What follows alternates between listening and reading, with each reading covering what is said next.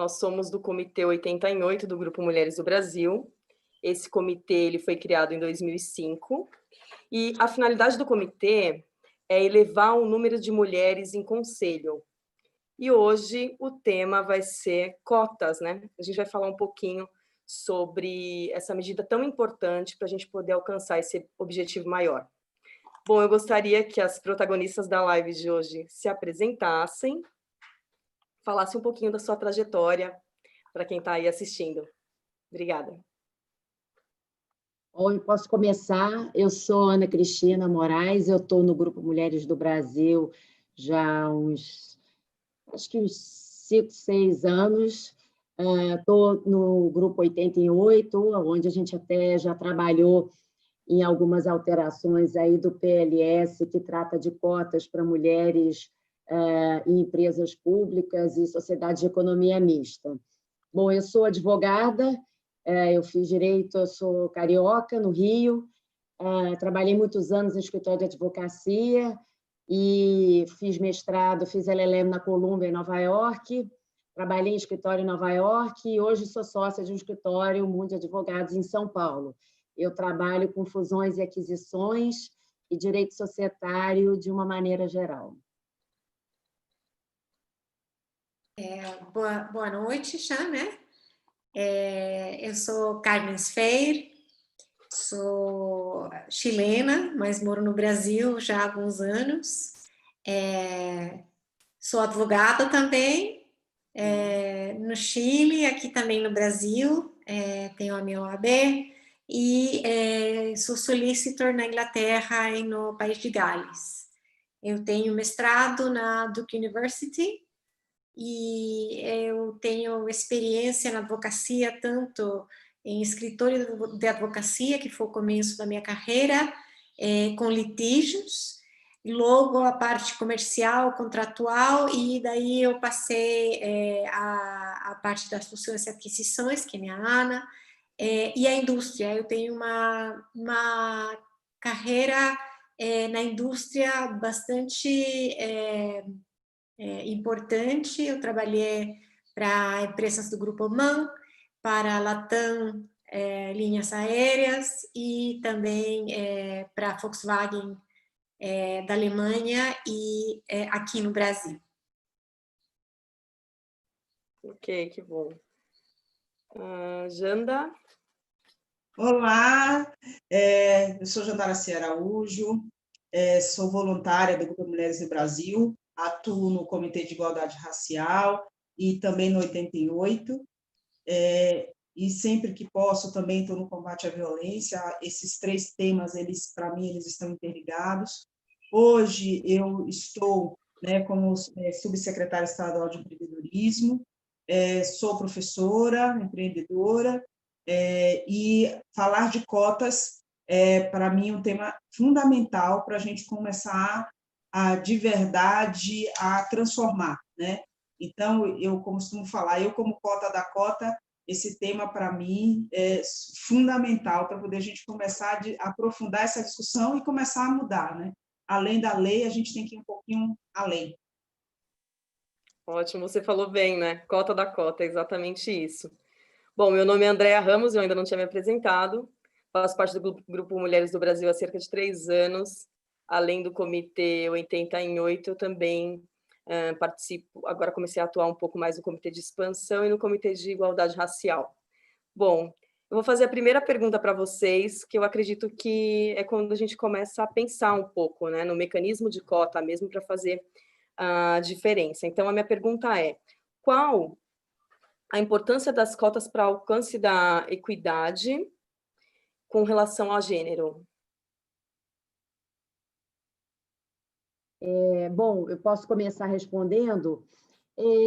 Eu acho que a gente já tem uma demonstração muito clara de que um sistema de meritocracia em empresas não é suficiente para que você tenha uma participação equânime de homens e mulheres nos órgãos da mais alta administração, né? A gente tem hoje aproximadamente 4% de mulheres como diretoras, CEOs, e as mulheres representam aproximadamente 8% dos membros de conselho de administração, e isso incluindo, muitas vezes, em empresas familiares, as herdeiras, né, das empresas. Então, eu entendo que, para você corrigir uma deficiência como essa, ou seja, uma ausência de participação das mulheres nos mais altos cargos de gestão, você realmente precisa de uma ação afirmativa. O próprio sistema, naturalmente, não vai implementar uma participação ou uma possibilidade maior de participação das mulheres, né? Então, eu acho que a criação de cotas para mulheres em conselho é absolutamente fundamental para que você consiga efetivamente aumentar, né? Várias empresas já criaram alguns mecanismos de mentorias e outras formas de tentar aumentar essa participação, mas realmente se verificou que ainda hoje precisaríamos de 80 anos, né, para que as mulheres atingissem os mesmos cargos de administração. Então, eu entendo que a única forma é realmente a criação de cotas. Eu sei que cotas é um tema polêmico, e eu entendo que, enfim, algumas pessoas acham que pode ser uma questão que, enfim, de alguma forma possa parecer que a pessoa não é capaz. Eu discordo inteiramente, eu acho que a cota é simplesmente para você fazer as pessoas chegarem no lugar. Eu acho que a cota também deveria ser um processo transitório para corrigir essa questão dessa discrepância entre mulheres e homens. Isso é uma coisa até que a Luísa Helena, né, a presidente do Conselho do Grupo Mulheres do Brasil, fala, e eu também acho. Eu acho que é um projeto transitório, para quando chegarem as mulheres uma porcentagem razoável, você poder... E aí, então, você deixa o processo correr naturalmente, porque aí você deve ter realmente vamos dizer, uma substituição natural com as pessoas incentivando as mulheres que estão embaixo a crescer. Então, essa é a minha visão sobre as cotas. Então, Carmen? Obrigada, Andrea.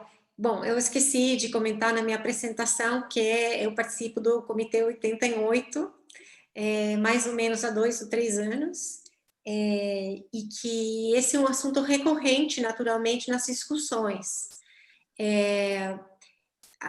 Eu concordo com tudo que a Ana falou, e eu quero ressaltar especialmente aquilo de o estabelecimento de cotas é uma medida transitória que corrige um fenômeno que não está certo, tá? Que não está certo em que sentido? No sentido de que tem sido até agora nos conselhos e em todas as posições de liderança, o mundo, pelas razões culturais, históricas que sejam, um mundo muito masculinizado. Hoje, a gente sabe que as mulheres estão ganhando muito espaço nos mercados, estão muito profissionalizadas, as mulheres também, já há um tempo, estão mostrando a vontade, não só a capacidade, sino a vontade de ocupar essas posições. E quando existe uma vontade na sociedade, então as normativas, sejam jurídicas, sejam das próprias empresas, vêm a recolher esse desejo, essa vontade, e vêm corrigir essa situação. E então, aquilo é justamente o que a Andrea estava falando, né? Você vem corrigir uma situação e com isso você visibiliza uma parte da nossa sociedade que está com vontade de participar em outros aspectos e que tem toda a capacidade Então, isso que faz. Uma vez visualizadas, visibilizadas, então aquilo vai correr naturalmente. Mas, de algum jeito, é que nem o farol numa rua. Para as pessoas se deterem, você bota um farol. Entendeu? Numa rua que não tem farol, hoje, que estamos tão acostumados, a gente vai olhar, né? Se vem alguém. Mas esse costume veio com aqueles sinais de trânsito.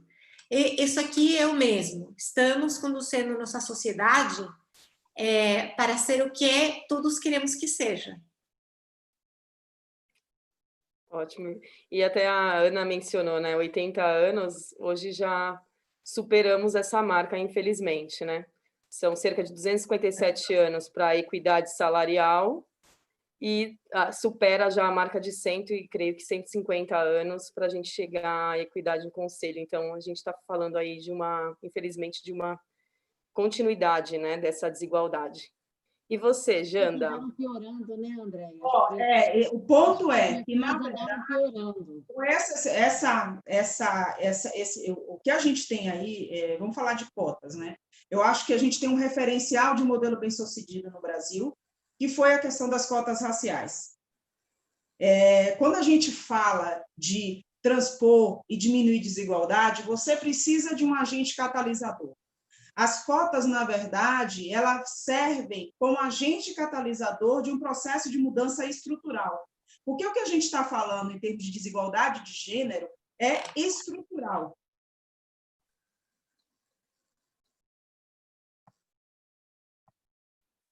A Janda caiu. Acho que ela caiu. Voltou.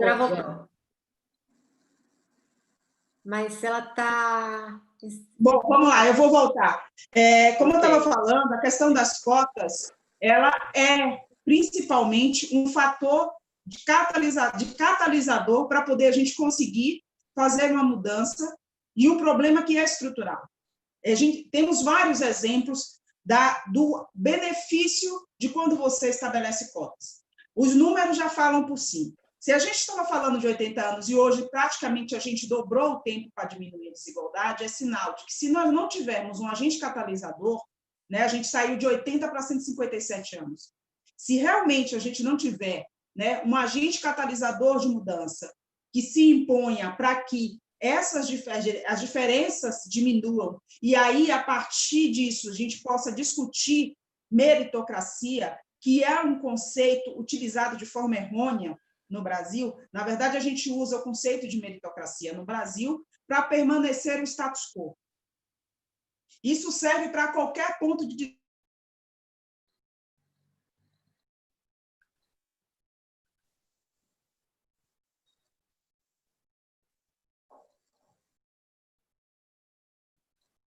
A Janda caiu.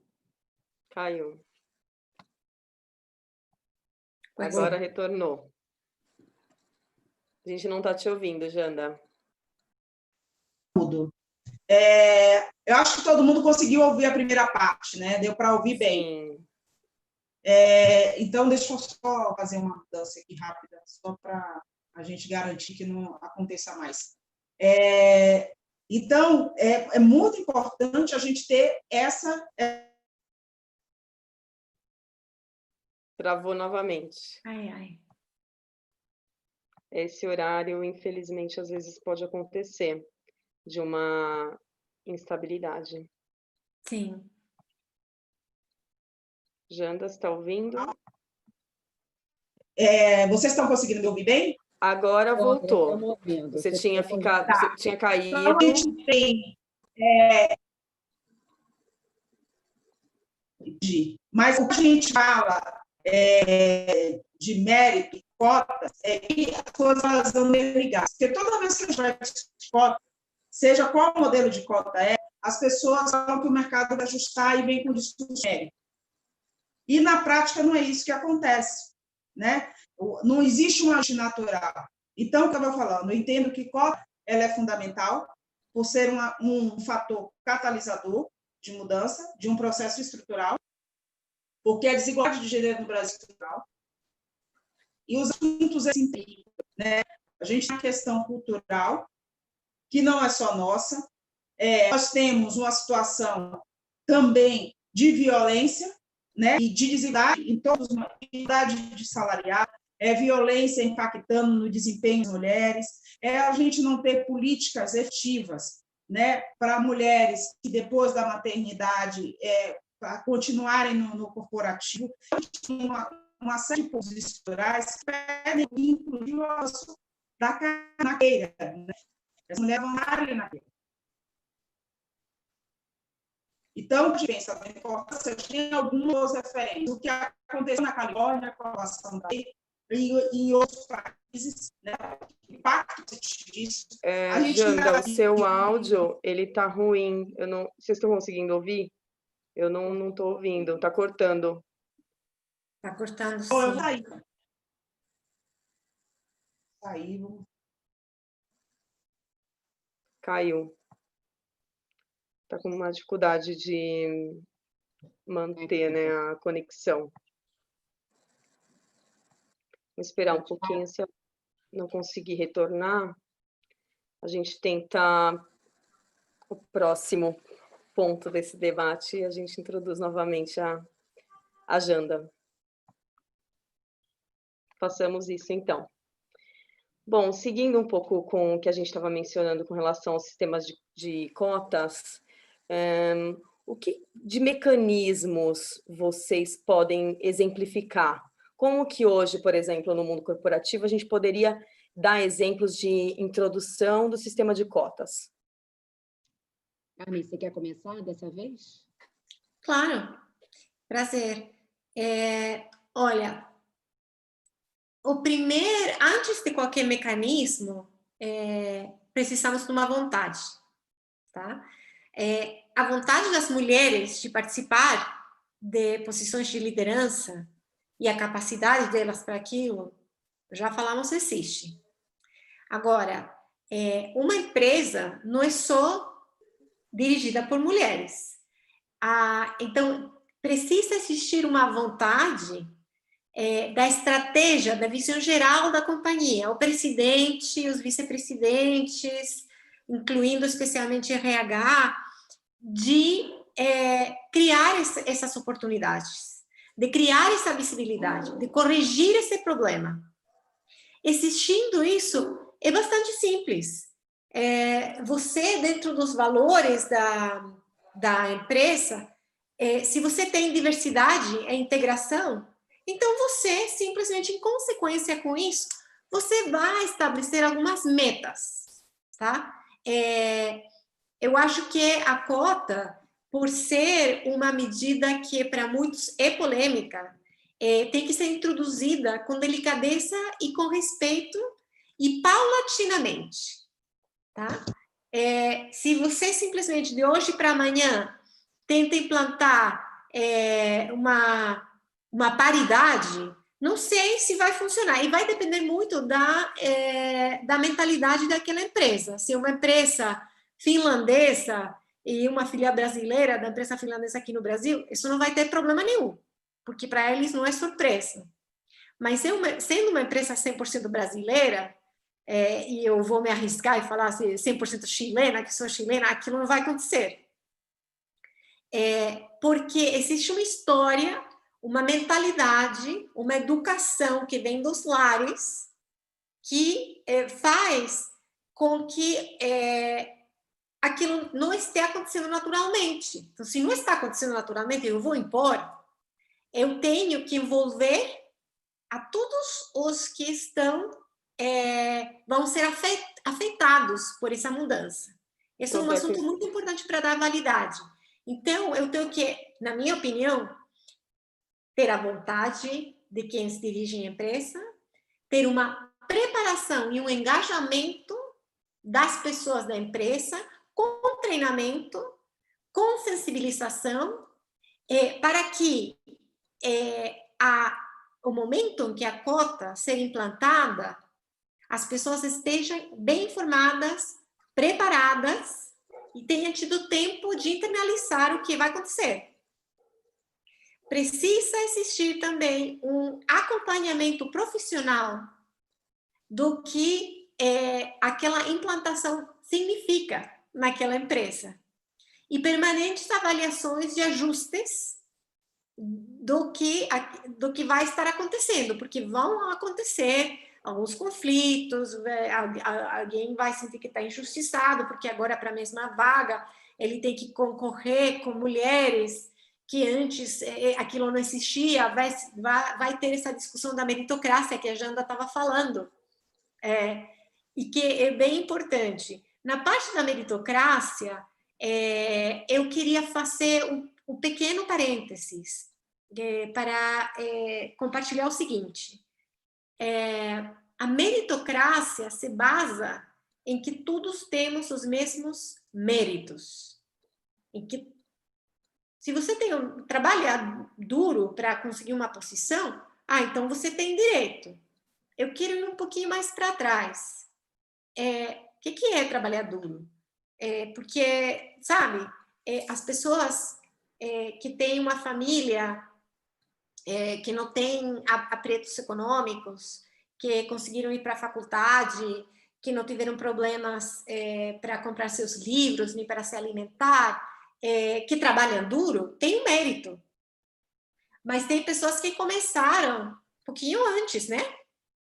Que com muito sacrifício foram para uma faculdade que talvez não é a melhor porque não conseguiram, não tiveram educação, não tiveram aqueles livros, não tiveram um ambiente, enfim. Então, qual é o mérito de um ou do outro? É o mesmo? É o mesmo que acontece com as mulheres. As mulheres têm sido deixadas um pouquinho para trás em posições de secretária, de assistente, de telefonista, e uma série de coisas, até que, e em todas as épocas teve, mas hoje é um movimento mais em massa, as mulheres falam, não, eu quero participar de tudo, eu tenho capacidade, eu quero aqui. Não está me ouvindo? Então vamos botar uma cota. Mas é porque a meritocracia, nesse conceito, também não prosperou. Por isso que precisamos cotas para corrigir esse erro estrutural, essa injustiça estrutural.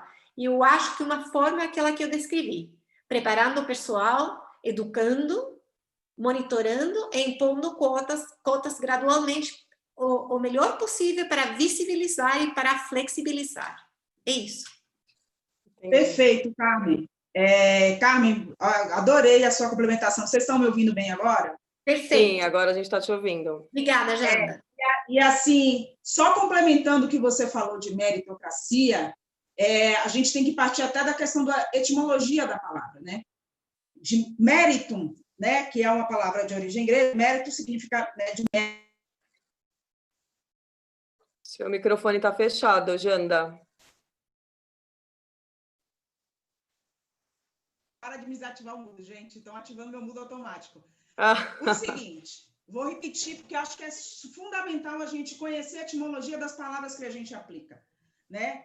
Mérito vem de mérito, né? E a cracia vem de poder, que é o poder do mérito. Onde a gente vê o poder do mérito empregado quando a gente fala de mulheres? Né? O esforço, os exemplos dados pela Carmen são muito bem claros. Qual o esforço de cada um? Não é trabalhar, bastou trabalhar duro? Basta trabalhar duro? Não, não basta trabalhar duro. Não basta a questão de poder fazer algo, né? Porque muitas vezes a gente fala assim, todos podem estudar. Não todos podem estudar nas mesmas condições. A gente poderia falar de mérito, e aí eu vou usar um conceito da química, que é o coeteris paribus, que, ou seja, se nós estivéssemos todas nas mesmas condições de temperatura e pressão, esse princípio, ele elimina qualquer dúvida. Estamos todos nas mesmas condições de temperatura e pressão para um processo de transformação? Não. Então, a cota entra exatamente, por isso que eu usei a palavra catalisador, para fazer essa mudança. E avançando mais, a gente tem exemplos, acho que o que a gente precisa internalizar, e acho que a gente precisa divulgar e orientar, e eu acho que muito bem colocado, até pela Carmen, eu acabei não ouvindo, porque eu estava me conectando na colocação da Ana, a gente tem um processo educativo que já vem sendo feito já há algumas décadas, por muitas de nós aqui, como várias de nós aqui que já está há anos batendo nessa pauta, né? Já mais de 10 anos batendo nessa pauta da questão da igualdade de gênero, e só o processo unicamente educativo não tem surtido resultado, senão a gente estaria falando de outros indicadores. E o exemplo muito claro é o que os outros países começaram a fazer. Virou lei, então mais mulheres estão sendo contratadas, mais mulheres estão ocupando os cargos diretivos e fazendo o processo de ascensão de carreira. Da mesma forma que muitas empresas entenderam e criaram políticas internas mother-friendly, para ter mulheres, né, que é aquela fase dos seus 30 a 35 anos, que se tornam mães e se veem expurgadas do corporativo, né, exatamente por não ter toda essa estrutura que ela precisa, né? Também são estatísticas. A gente está falando, a GV fez esse estudo há um tempo atrás, em que mulheres, né, quando retornavam executivas do mercado, elas, na faixa de 1 ano depois dela ter o parto, elas eram desligadas. Esse é o ponto. Então, quando a gente vê isso, né, o que é que a gente pensa? E por que tem mulheres, né, da mesma, que discordam de cotas, tem mulheres que são contra o feminismo. Exato, a gente já ia chegar nessa pergunta, Janda. A pergunta ia ser exatamente essa: por que tem mulheres que se recusam, não gostam e se ofendem com as cotas? Eu queria só complementar, assim, até esse ponto que a Janda estava colocando dos outros países, que eu li alguns artigos muito interessantes dizendo que a Noruega instituiu em 2002 uma política de cotas, tá, em que 40% das mulheres tinham que...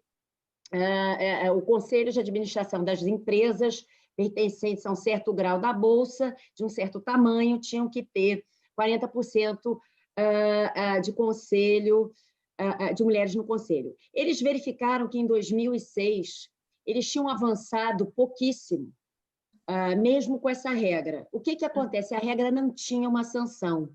Então, em 2006, eles criaram, na Noruega, que é um país da Escandinávia, que tem um histórico maior de talvez uma busca por uma igualdade entre homens e mulheres, ou talvez tenha menos discrepância que o Brasil.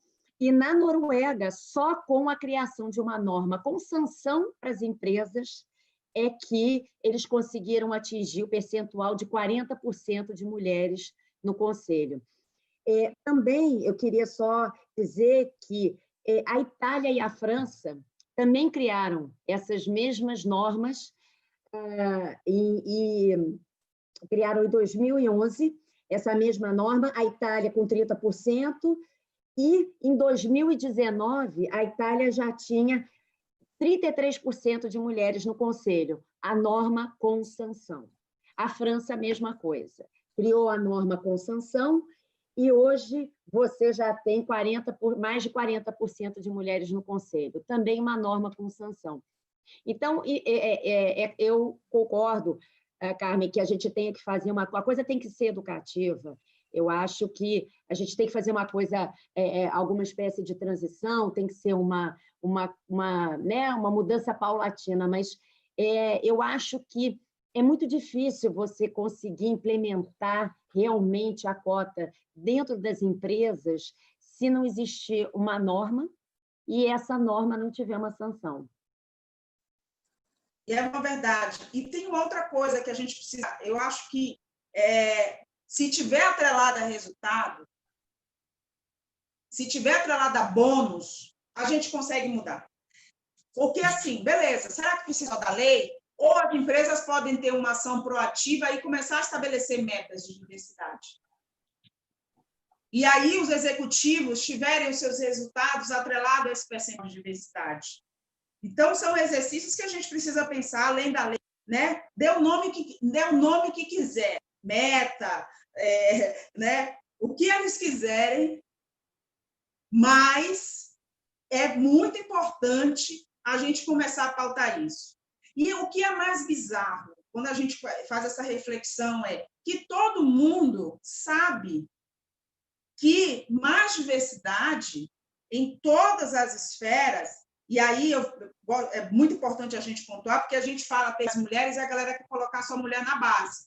A gente está falando em todas as instâncias e todas as esferas, né? Então, a gente está falando dentro de público, sociedade mista, né? E em todos os níveis hierárquicos. A gente tem uma diversidade, não é só na base. Todo mundo sabe que isso aumenta o resultado. E aí eu pergunto, e é uma pergunta que eu sempre faço também quando a gente fala das questões raciais. Vai ser por convicção ou por conveniência? Né? Agora a gente está falando bastante as 3 letras da moda, né? ISD. As 3 letrinhas da moda. Vai ter que ser através de imposição de fundos de investimento? Será que precisa chegar a tanto? Então, são coisas que a gente precisa discutir e cada vez mais pautar sobre isso. Eu acho que daria um grande paper a gente falar o que a gente deixa de lançar na economia e de avançar economicamente com as atitudes exclusivas, não inclusivas, que é bom deixar bem claro, as atitudes exclusivas que o sistema impõe. Não avançamos. Se o país não vai bem economicamente, as empresas também não irão. E a gente entra num ciclo vicioso de não avançar nem como sociedade, nem como do país, porque a gente tem ações exclusivas e não inclusivas. Então, acho que a gente precisa usar dos instrumentos possíveis para começar a regularizar um pouquinho isso. Mas eu acho que o ESG vai, desculpa, eu acho, Janda, que vai ajudar. Eu acho que, na verdade, todo tipo de incentivo e mesmo pressão que você tiver é importante, porque, como você disse, é uma questão estrutural. Então, talvez o ideal seria mudar para uma questão cultural, desde, né, das crianças, enfim. Mas eu acho que se você tem essa ajuda de fundos de investimento que têm obrigação de olhar empresas que tenham um determinado número de mulheres, que tenham diversidade de todos os tipos, eu acho que é importante, eu acho que é sempre um benefício você ter esse tipo de vamos dizer, ajuda, né? E ajuda para mudar também. Então, enfim, eu acho que o ESG é importante. Eu acho que são os cotistas dos fundos que já estão botando pressão nos fundos, que vão botar pressão nas empresas investidas, e que aí você, de repente, não vai receber um aporte de uma empresa, e isso, de alguma forma, Janda, vai bater no bolso de quem é lá o dirigente, porque você não tem a diversidade mínima. E as pessoas vão perceber isso. Justamente... E eu costumo brincar que eu sou cota da cota, né? Até complementando só um pouquinho com relação ao que vocês falaram do ISG, que realmente é uma crescente exponencial. Antes de ontem mesmo, eu já participei de uma ação da XP com relação a isso. Então, a gente percebe que em todos os lugares existe esse posicionamento, mas foi muito bem pontuado pela Janda com relação a não se transformar em mais uma diversity washing, que a gente sabe que acontece muito e que aí efetivamente não ajuda nem no sistema de cotas e nem na equidade de gênero para que a discussão efetivamente ela faça sentido, né? A única coisa que ficou ainda que vocês não responderam é com relação a por que a mulher ela tem essa aversão ao sistema de cotas. Por que ela se sente tão prejudicada e tão apontada e tão desmerecida quando refere-se a sistema de cotas? Olha, eu tenho tantas explicações para dar psicológicas. Vamos lá. Eu queria explicar um pouquinho sobre isso.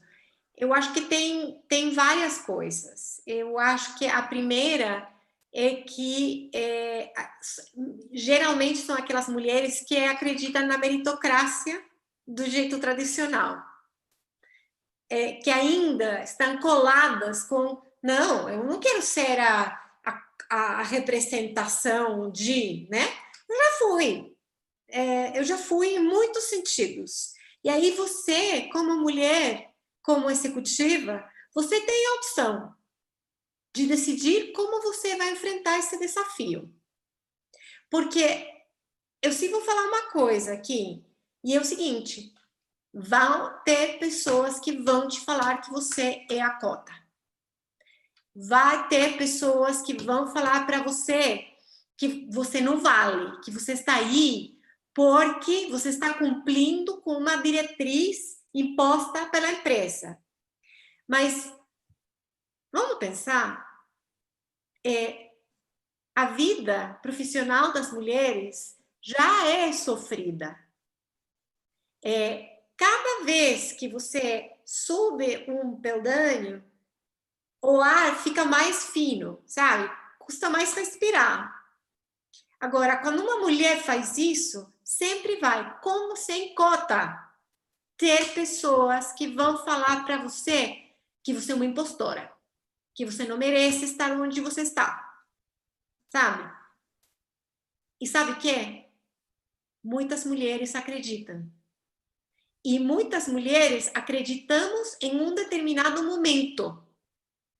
Eu acho que muitas temos tido o síndrome da impostora. Quando você está ocupando uma posição e pensa, meu Deus do céu, tem pessoas bem mais qualificadas do que eu. Quando você sabe que tem as qualificações. Tem estudos psicológicos, que a Jana falou, que tem mulheres que quando vem um aviso de vaga, elas não aplicam porque não tem o 100% das exigências que aquela vaga está exigindo.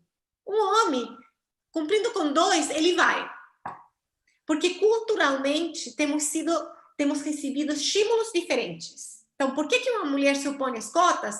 Porque ela quer ter a garantia que ninguém vai falar para ela que ela está preenchendo um vazio de uma obrigação. E vou falar para vocês, botem alguma coisa na orelha, porque alguém vai falar sempre alguma coisa. Então, as mulheres temos que levar essa bandeira e temos que convencer as outras de que elas não são menos. Elas estão abrindo o caminho, estão desbravando para nós.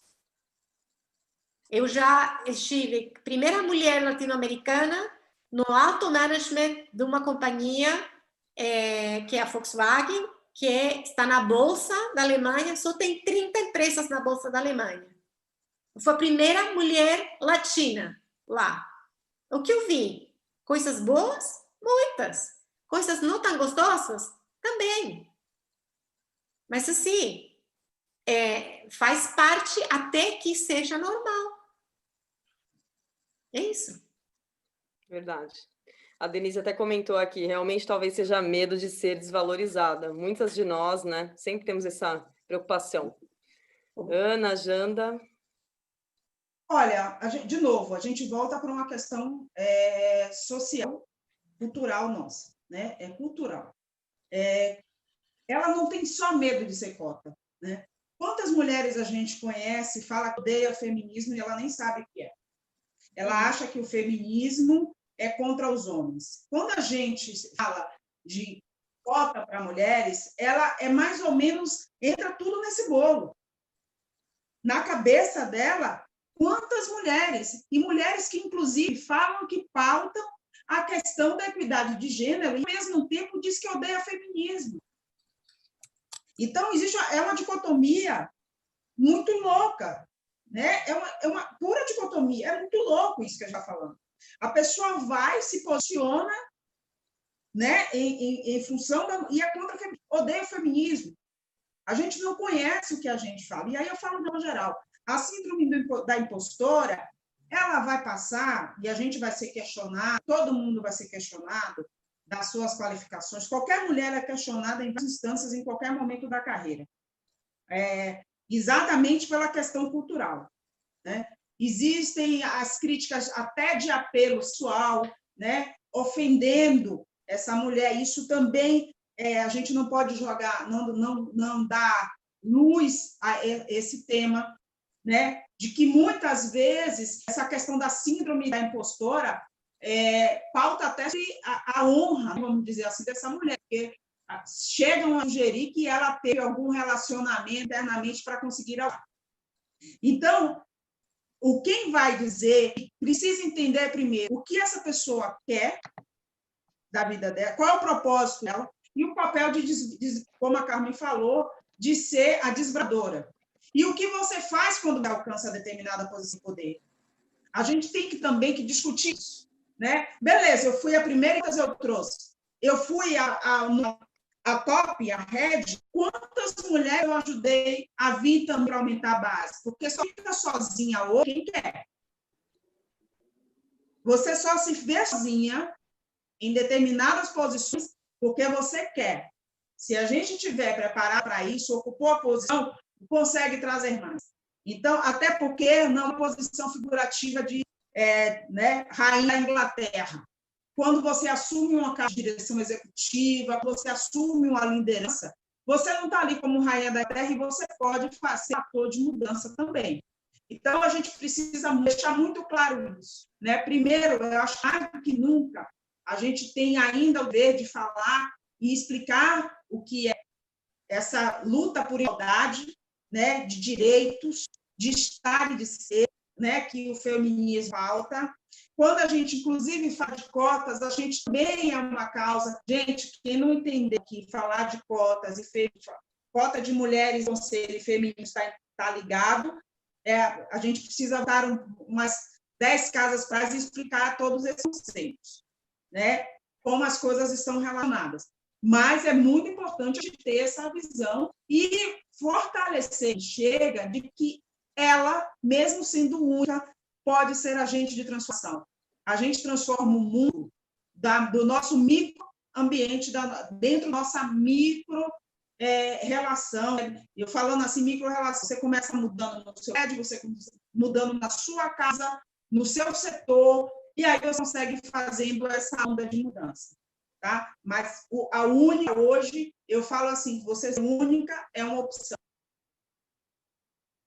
Se você está no poder e é única, foi uma opção sua.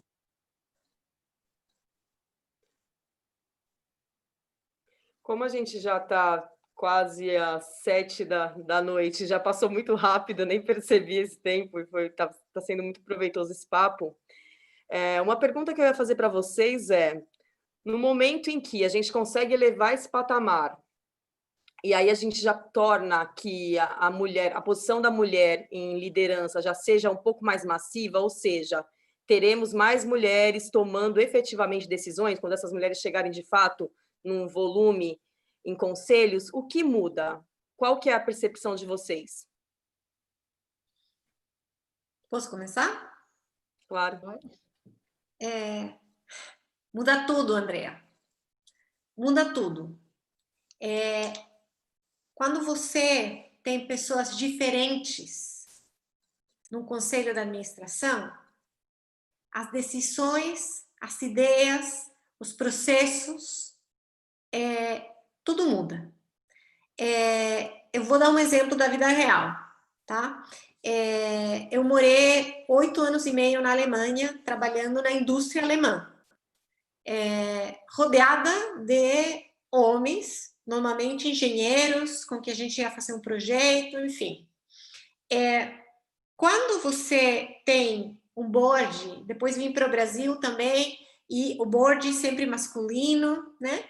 Quando você tem um board que, aliás, espelha o resto da empresa, homens, brancos, entre 45 e 55 anos, mais ou menos, é isso, né? Aí você se encontra com que é muito difícil para você sair do padrão que você tem. Então, você faça sempre o mesmo. Aí vem a matriz e pega no pé do presidente e fala, gente, vocês têm que ser mais inovadores. Aí eu presenciei um off-site de uma empresa que eu participei, que ele mandou todo mundo, sabe? 2 dias para algum lugar no interior de São Paulo, um lugarzinho gostoso, para conversar e ver como que a gente podia ser mais inovador em algumas coisas que estavam acontecendo. E aí foi muito engraçado, porque era só o management da empresa, né? Então, dos gerentes executivos, diretores e board, né? Umas 200 pessoas. Daquelas 200 pessoas, tinha 3 mulheres, incluindo quem fala. As outras 2, composições menores, com muito medo de falar. Todo mundo branco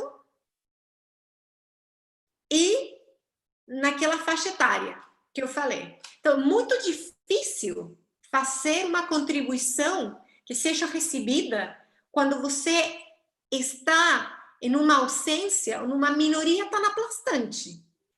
Pelo contrário, olha, tem estudos que falam que quando mulheres se integram em conselhos de administração, as decisões que são tomadas pelo conselho são menos arriscadas, mais calculadas e mais razoáveis.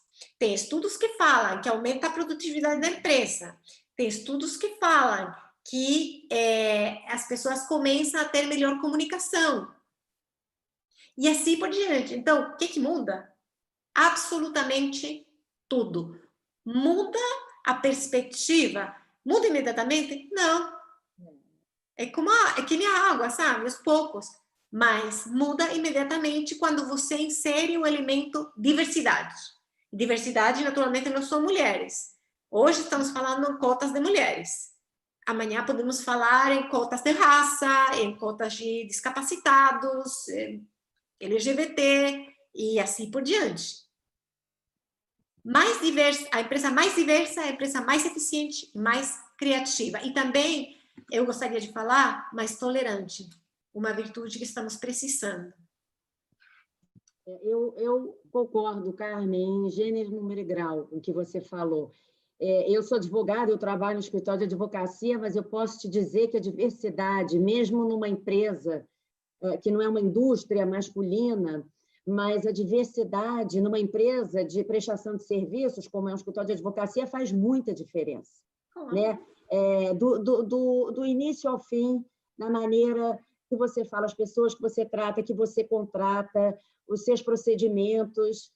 Eu acho que você ter mulheres realmente em todas as decisões, né, envolvendo os advogados, os funcionários, e eu concordo contigo, eu acho que é fundamental você ter um número relevante, porque se você não tem um número relevante, vai ser muito difícil você ser uma voz ouvida, porque eu acho que até o natural dos homens vão ser sempre querer ouvir aquilo do outro cara, que inclusive pensa como ele, então aquilo de alguma forma ainda endossa, né, de que aquilo é o correto, que aquilo é o bom. Olha, ele também acha como eu, né? Ele também faz como eu. Pois é, talvez não seja, né, o ideal, vamos pensar de uma outra forma, não tem outros caminhos melhores. Eu acho que é fundamental a massa crítica e você ter um volume grande, porque senão é difícil você ser uma voz a ser ouvida e conseguir efetivamente implementar a mudança. Então, eu concordo inteiramente, eu acho que uma presença maciça ou relevante de mulheres muda tudo. O que a gente tem que pensar, gente, é que, assim, eu vou deixar mais claro que eu falei.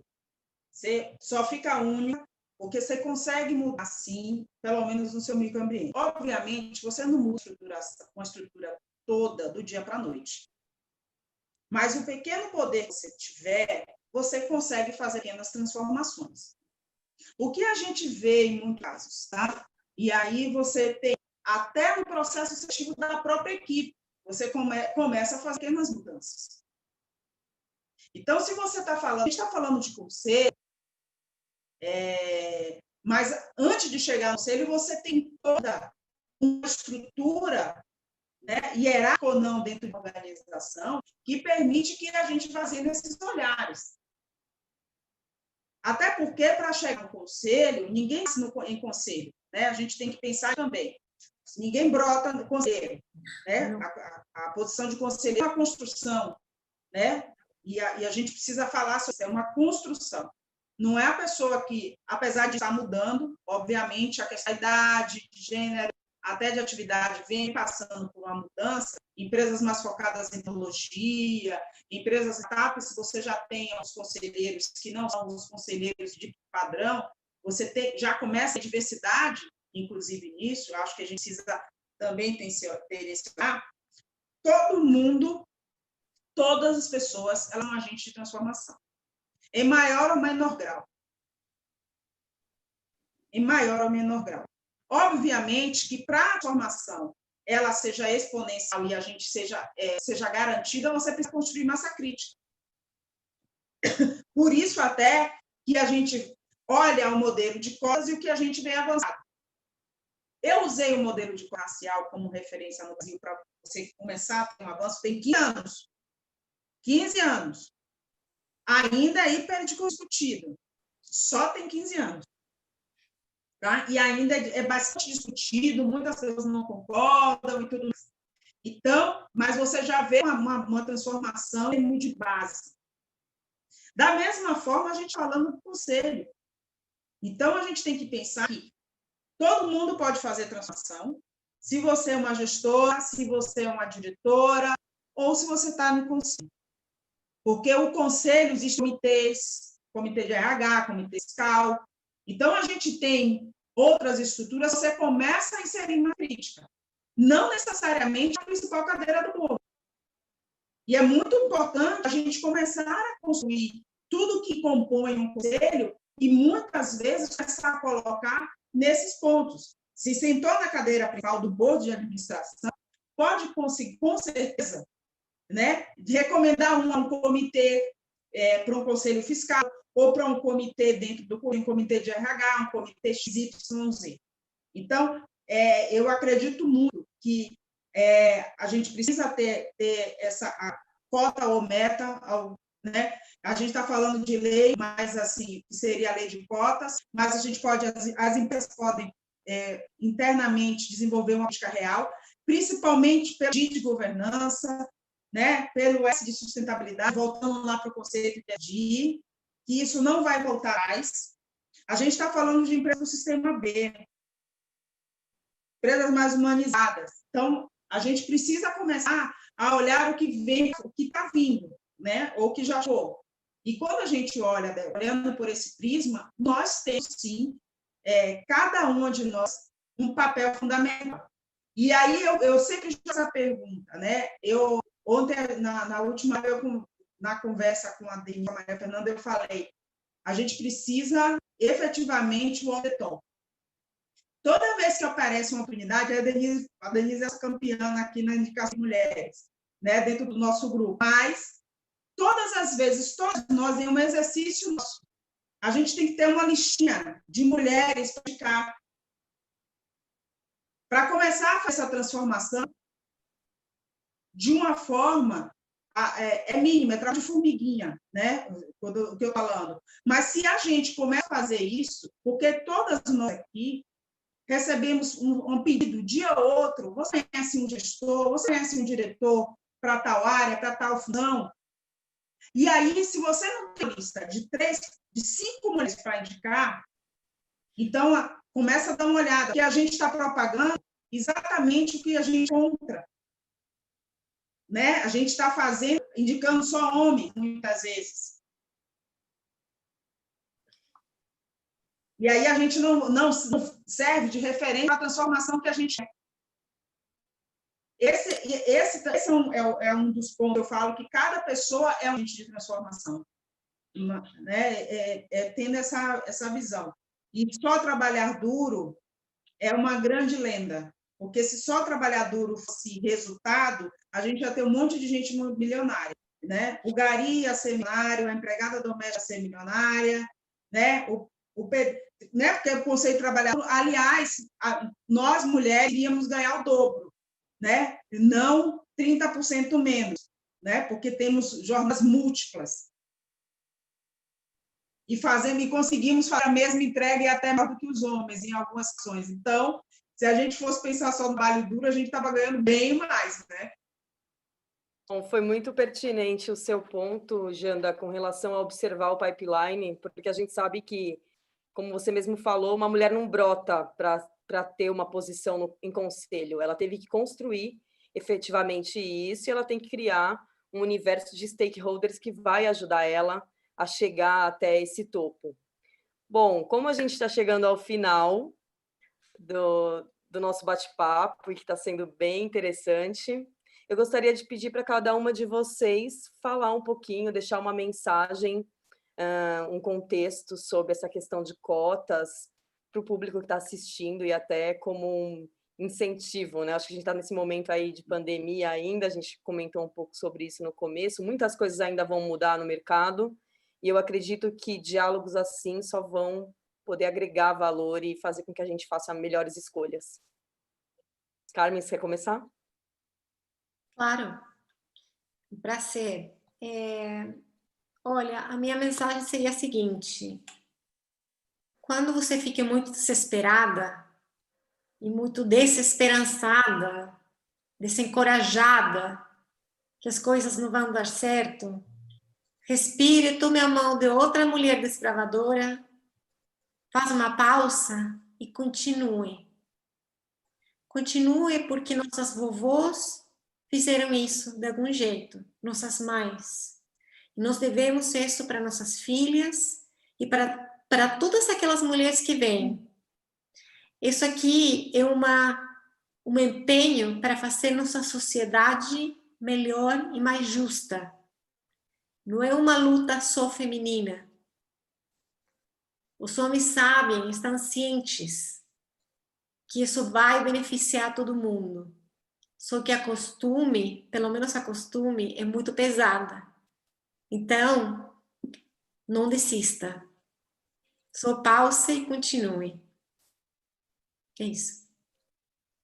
Bom, eu queria dizer, eu acho que é muito importante a gente se unir e discutir e falar sobre os caminhos, sobre as oportunidades, sobre as possibilidades, sobre as experiências.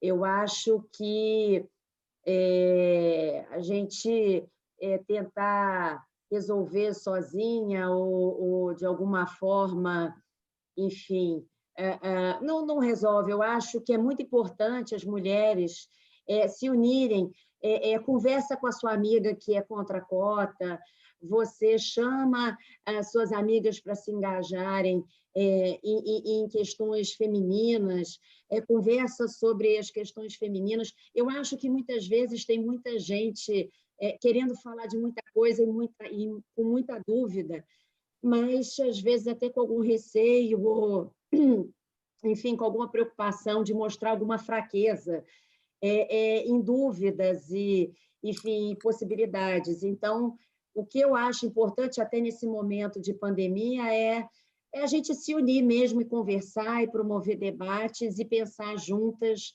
um caminho melhor para as mulheres. Bom, gente, acho que o grande caminho, assim, eu brinquei, né, que a cota da Coca é mulher negra, né? A gente sempre tá ali naquele ponto. O que ela está fazendo ali?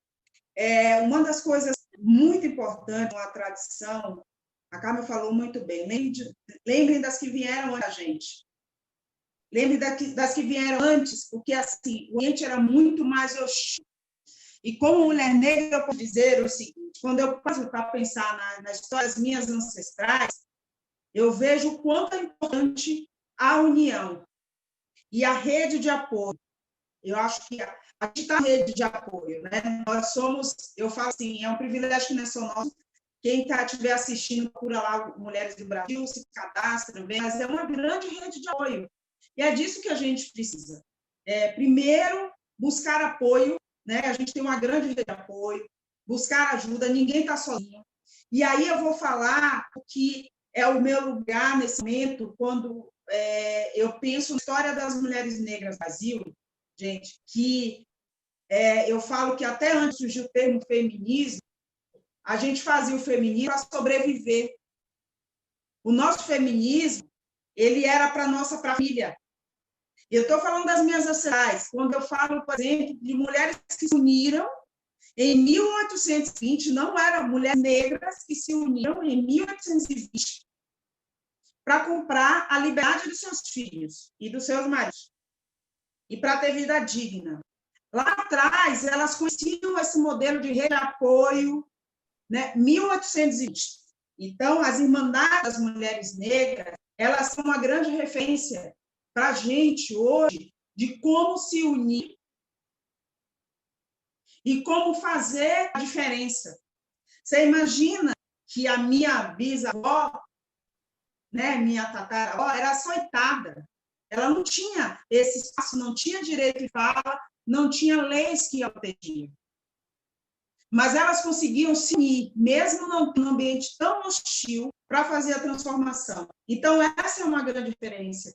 E é muito importante que as mulheres entendam que elas não são sozinhas e que, se quiser, tem rede de apoio, por exemplo, como a gente tem no grupo, né?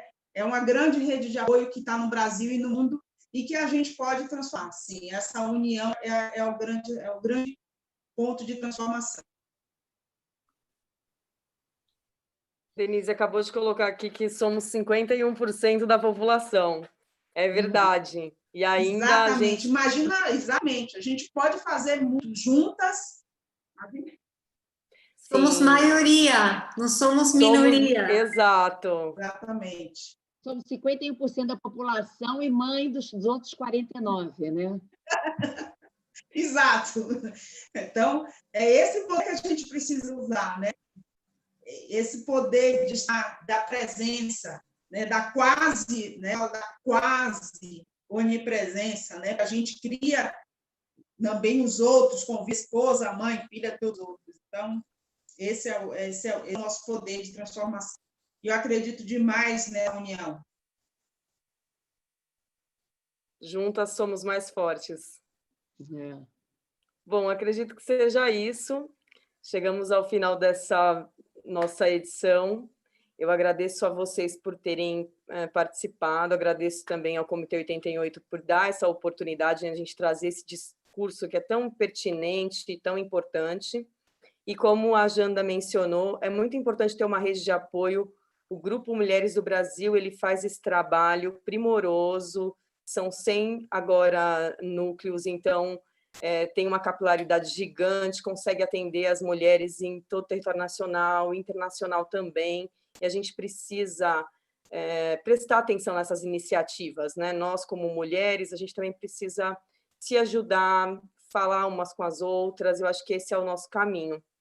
Bom, acho que a gente vai ficar por aqui hoje e espero que tenhamos em breve novos bate-papos tão interessantes quanto esse.